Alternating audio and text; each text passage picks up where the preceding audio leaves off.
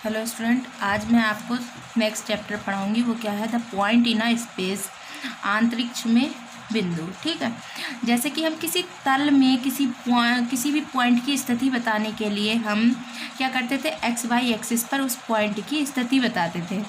अंतरिक्ष में क्या है, स्पेस में हम किसी बिंदु की स्थिति बताने के लिए एक्स वाई जेड 3 एक्सिस लेते हैं। क्या लेते हैं, एक्स वाई जेड 3 एक्सिस लेते हैं, किसमें, स्पेस में, और जिसे बोलते हैं अंतरिक्ष में। ठीक, किसी भी पॉइंट की स्थिति बताने के लिए 3 एक्सिस लेते हैं। सबसे पहले इसमें फॉर्मूला क्या होता है, डिस्टेंस फार्मूला। डिस्टेंस फार्मूला क्या कि कोई भी आपको 2 पॉइंट दे देगा, P x1 y1 z1, q x2 y2 और z2, तो उन दोनों के बीच की डिस्टेंस फार्मूला हमारा ये होता है। ठीक है, फिर देखिए फिर क्या होता है, 2 बिंदुओं को मिलाने वाली रेखाओं को m/n में विभाजित करने वाले बिंदु के निर्देशांक इसको और बोलते हैं सेक्शन फार्मूला। क्या बोलते हैं, section formula. Coordinates of the point dividing the joining of 2 points और सेक्शन फार्मूला। क्या होता है सेक्शन फार्मूला, हमारा कोई भी स्पेस है, स्पेस में हमने क्या करा, पी क्यू कोई भी हमारी एक लाइन है। ठीक है, इसका मिड पॉइंट क्या है, आर, मिड पॉइंट आर है, और जो पी आर और क्यू आर, जो पी क्यू है आर बीच में है, जो ये मिडल पॉइंट है, ये किस रेशो में इसको डिवाइड कर रहा है, m/n रेशो में डिवाइड कर रहा है। तो इसका जो हमारा निर्देशांक होंगे क्या, x by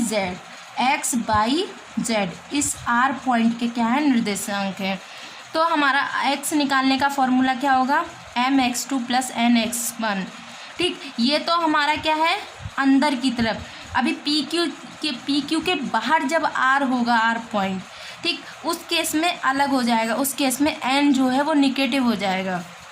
y = m/2 + n/1 / m+n।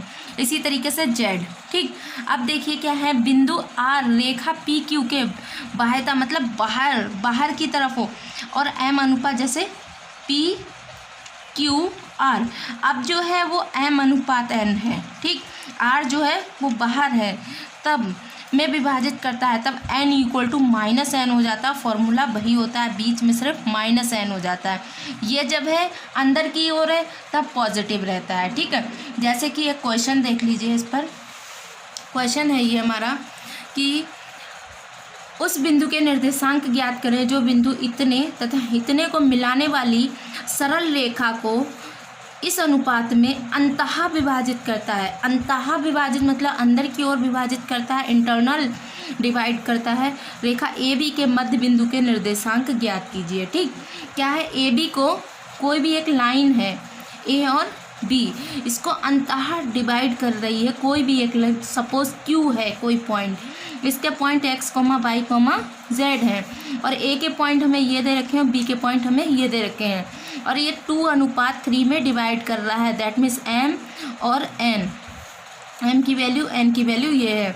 तो मैं सेक्शन फार्मूला पता है, जब लाइन को सेक्शन मतलब डिवाइड कर रहा है 2 रेशो में, तब हमें सेक्शन फार्मूला पता है, x = mx2 + nx1 / m+n, जो पीछे भी पढ़ा चुकी हो, वही फार्मूला लगाया और हमने क्या निकाला, इस पॉइंट q जिसको जो डिवाइड कर रहा है उसके पॉइंट निकाले, बिंदु x, y = दिस। ठीक, अब इन्होंने बोला है विभाजित करता है, रेखा ए बी के मध्य बिंदु के निर्देशांक निकालो। ठीक है, मध्य बिंदु, अभी तक तो हमने Q के पॉइंट निकाले, अब मध्य बिंदु के लिए क्या होता है, देखिए एक फॉर्मूला होता है, coordinates of a middle point of the line joining the point this. ठीक, मध्य बिंदु के लिए हमारा क्या होता है, m/n = 1। सपोज ये कोई लाइन है ए बी, अब इसमें इसके 2 पॉइंट दे रखे हैं, इसमें कहा है हमें मिडल पॉइंट निकालना है, Q है। ठीक, क्या है, Q है। तो आपने 10th में पढ़ा होगा या 12th में, तो इसे हम क्या 1:1 में डिवाइड करते हैं। ठीक, तो m/n = 1। लेकिन रेशो फार्मूला कब लगाएंगे, जब हमको रेशो गिवन होगा कि सरल रेखा 2:3 में अंतः विभाजित करती है। लेकिन अगर वो मध्य बिंदु बोलता है तब m और n = हम 1 लेते हैं। ठीक, तो मिडल पॉइंट निकालने का x = x1 + x2 / this, y = this। ठीक, ए बी के मध्य बिंदु के निर्देशांक क्या है। अब इसी फॉर्मूले में पूछा था ए बी के मध्य बिंदु के निर्देशांक। ए बी के मध्य बिंदु के निर्देशांक अल्फा बीटा गामा। तो अल्फा इक्वल टू पहला x1 plus x2, x1 plus x2 ऊपर वाला x1 प्लस x2। ठीक, इसी तरीके से बीटा गामा निकाला, मध्य बिंदु निकाल लिए। यह फॉर्मूला इस तरीके के क्वेश्चन आपके एग्जाम में आते हैं। ठीक है, इम्पॉर्टेंट है। आगे देखिए, आगे क्या है, इसमें बहुत सारे फॉर्मूले हैं। Centroid of a triangle. ठीक, सेंट्रॉइड ऑफ अ ट्राइंगल, त्रिभुज के केंद्रक। त्रिभुज का केंद्रक उसे कितने भागों में, कितने रेशो में डिवाइड करता है। ये इसका केंद्रक है। ठीक है, एक त्रिभुज है और इसका केंद्रक जी है। इसका सेंट्रॉइड क्या है, जी है, जो कि कितने अनुपात में डिवाइड होता है, 2:1। ठीक, यदि ए बी सी के शीर्ष इतने हैं तो उसका केंद्रक क्या होगा, जी। जी क्या होगा, x1 plus x2 plus x3/3। इसी तरीके से y1 प्लस y2/3, इसी तरीके से z वाला। ये होता है हमारा केंद्रक निकालने का फॉर्मूला। ठीक है, दूसरा देखिए, direction angle and direction cosine. देखिए, डायरेक्शन कोसाइन को हम बोलते हैं कोज्या। ठीक है, इन कोणों के देखिए, ये x y z क्या है, एक स्पेस है। ठीक है, इसके यहाँ से हमने एक एंगल को डिवाइड करा। ये अल्फा है, ये बीटा है, और यहाँ से यहाँ तक का क्या है, ये अल्फा और ये गामा है, यहाँ से यहाँ तक का क्या एंगल, बीटा है। तो इन कोणों की कोज्या मतलब कोसाइन, अर्थात cos alpha, cos beta, cos gamma, इनकी द्विकोज्या कहलाती हैं। द्विकोज्या को हम सामान्यतः इनको एल, एम तथा एन से डिनोट करते हैं। तो L equal to cos alpha, M equal to cos beta, N equal to cos gamma. ये फर्स्ट सेमेस्टर में हम पढ़ चुके हैं। ठीक है, direction cosine of a coordinate axis. अक्षों के द्विकोज्याएं क्या होती हैं। सबसे पहले, अभी तो हमने द्विकोज्याएं पढ़ी हैं, क्या डायरेक्शन कोसाइन पढ़ा, लेकिन अब यही हमसे एक्स एक्सिस पर पूछ ले, वाई एक्सिस पर पूछ ले, जेड एक्सिस पे।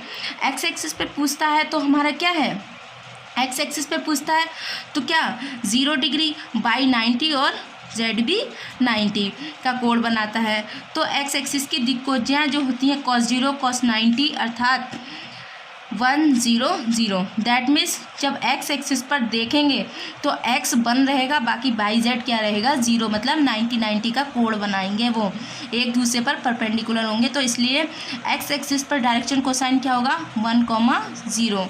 इसी तरीके से बाई एक्सिस पर बाकी एक्स जेड 0 होगा तो 1 बचेगा, जेड एक्सिस पर क्या x बाई 0 होगा और 1 बचेगा। ठीक है, डायरेक्शन रेशो दिक अनुपात क्या होता है, यदि एल एम एन किसी सरल रेखा की दिक को डायरेक्शन कोसाइन है। ठीक है, तीन संख्याएं ए बी सी जो कि इनके समानुपात हैं, एल इक्वल टू एल समानुपात ए।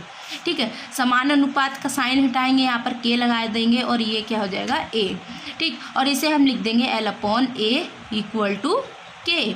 ठीक, कह रहा है एल एम एन कोई भी सरल रेखा की द्विकोज्या है तो इनकी संख्याएं ए, बी, सी जो कि इनके समानुपाती है।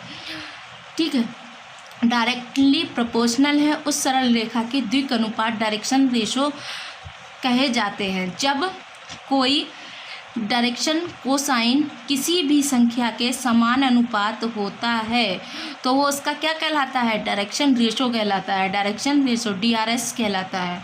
ठीक, L upon A plus equal to M upon A equal to N upon C equal to K भी लिख सकते हैं, क्योंकि के एक कांस्टेंट है, कांस्टेंट की वैल्यू 1 या कुछ और भी हो सकती है। अब देखिए, रिलेशन बिटवीन डायरेक्शन कोसाइन के बीच रिलेशन क्या होता है, L² M² plus N² equal to 1। ये हम पीछे सब पढ़ चुके हैं। और ये भी होता है N² इक्वल टू cos